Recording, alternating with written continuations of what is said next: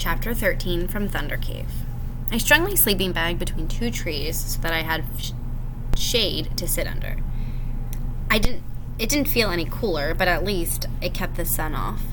I drank both bottles of water, then took the empty bottles and a soup can to the river. On my side of the river, the bank was at least a dozen feet above the riverbed, and I had to slide on my butt most of the way down. A very unpleasant experience when you're having intestinal problems.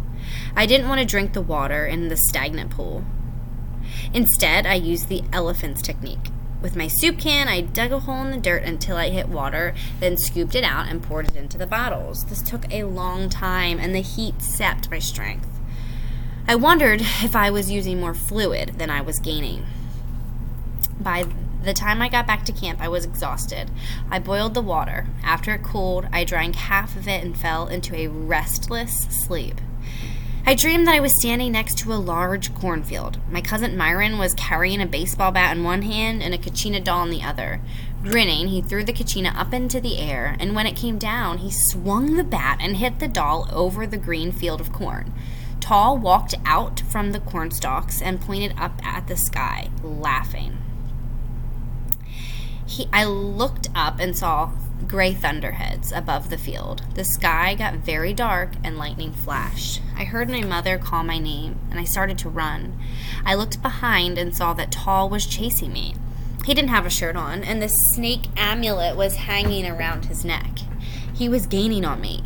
I couldn't seem to go any faster. He reached out and grabbed my shirt and started to pull me down. I was terrified. When I opened my eyes, I continued to feel a tugging on my shirt.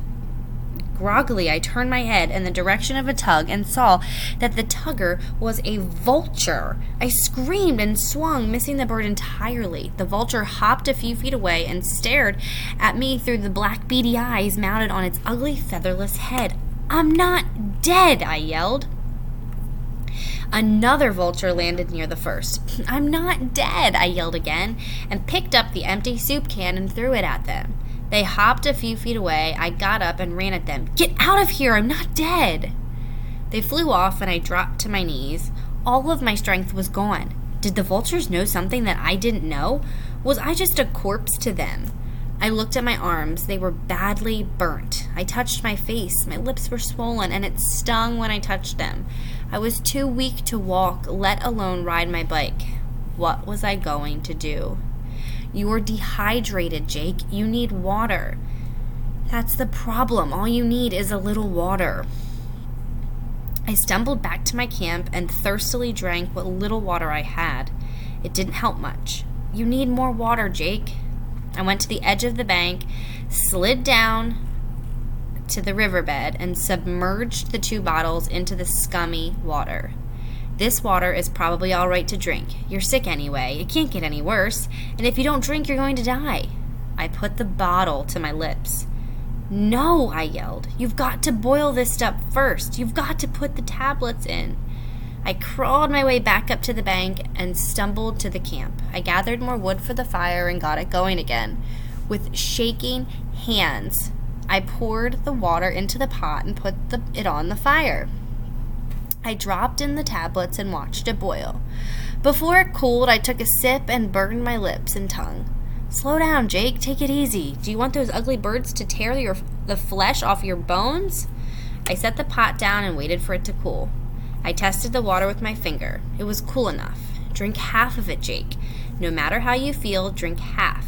I swallowed half the water, then put the pot under the map where I wouldn't have to look at it. Out of sight, out of mind. And I thought I was going out of my mind. At the survival school, they talked about what it was like to die of thirst. Things are blown out of proportion, and you become very disoriented. You lose track of where you are. You'll have hallucinations, seeing people and other things that aren't there. Paranoia is common. It's important to try to concentrate on who you are and what you are doing. "My name is Jacob Lanza," I said out loud. "I'm in Africa looking for my father. His name is Robert Lanza. He's a field biologist working for... My name is Jacob Lanza. I live in Nebraska." No. I live in. My name is. Where'd I put the water? I know I had more water. Where is it? Calm down. Lean back. Close your eyes and rest. This will pass. Sometime later, my eyes snapped open. I wasn't sure whether I'd been asleep or whether I'd passed out. It was dark. The only light came from the coals of the fire. I was wide awake. Something made me open my eyes. It wasn't the nightmare of Taw chasing me. It wasn't a vulture pulling at my clothes. I smelled the smoke of the fire. I listened. In the darkness, I heard what sounded like animals running, waves of pounding hooves on the ground. The sound got louder. A loud, pitiful shriek broke through the darkness from the direction of the riverbed. I sat up, and the world started to spin. I put my hands on the ground to stop myself from falling back. I was shaking with weakness. I took a deep breath, trying to rid myself of the dizziness. Smoke, and it wasn't coming from the campfire. I began to choke.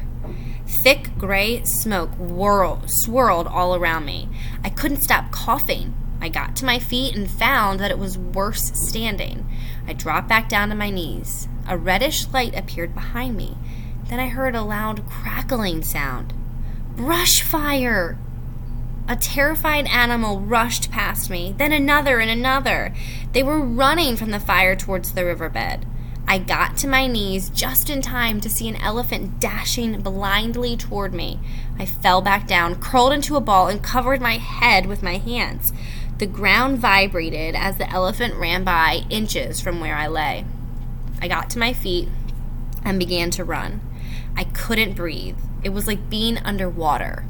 Smoke, fire, and animals were all around me.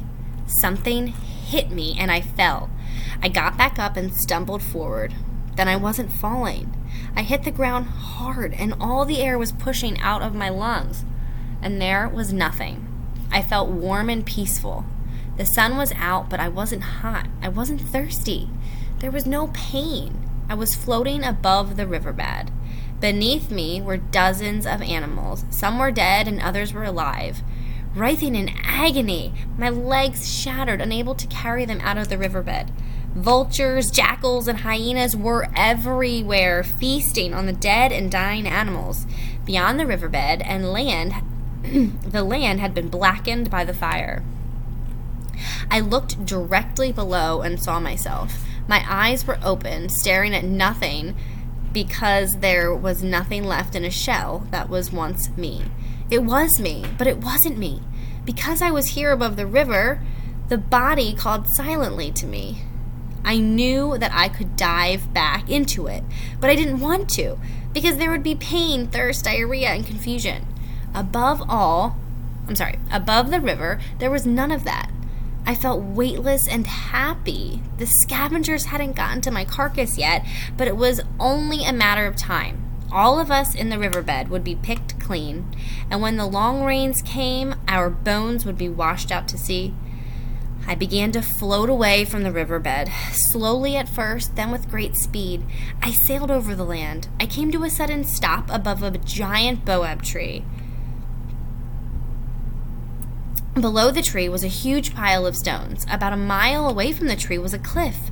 I floated towards it. Along the cliff was a wide, steep path that led up to a cave opening.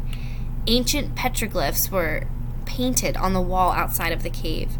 I was wondering why I had been brought to this spot when I saw that one of the petroglyphs was similar to the snake designed on Taw's amulet, a snake eating its tail. Were the Hopi in Africa? Perhaps I'd floated to Arizona. But there were no boabs in Arizona. As I thought about this, I sailed away again and came to a stop at the riverbed. The scene below me was the same, except now there was a man, a Maasai, standing over my body. When I stopped, he slowly turned and looked directly up to me, up to where I was floating, as if he could see me. Was he dead too? I looked at the riverbed and saw that his presence had disturbed the scavengers. The vultures, jackals, and hyenas all stood at a safe distance watching him.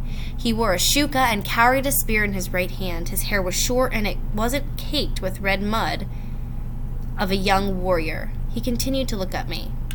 I opened my mouth to speak, but no words came out. A warm white light appeared above me. In the middle of the light was an iridescent blue opening. From beyond the opening, I heard a voice. It sounded like my mother calling. I couldn't understand what she was saying, but I knew that she was inviting me through the opening. I wanted to go to her, but I hesitated. I looked down at my body. When I turned back, I saw that the opening was growing smaller and smaller. I didn't know which way to go. Then the opening disappeared. The decision was made for me. I closed my eyes and felt myself falling. Pain and thirst enveloped me.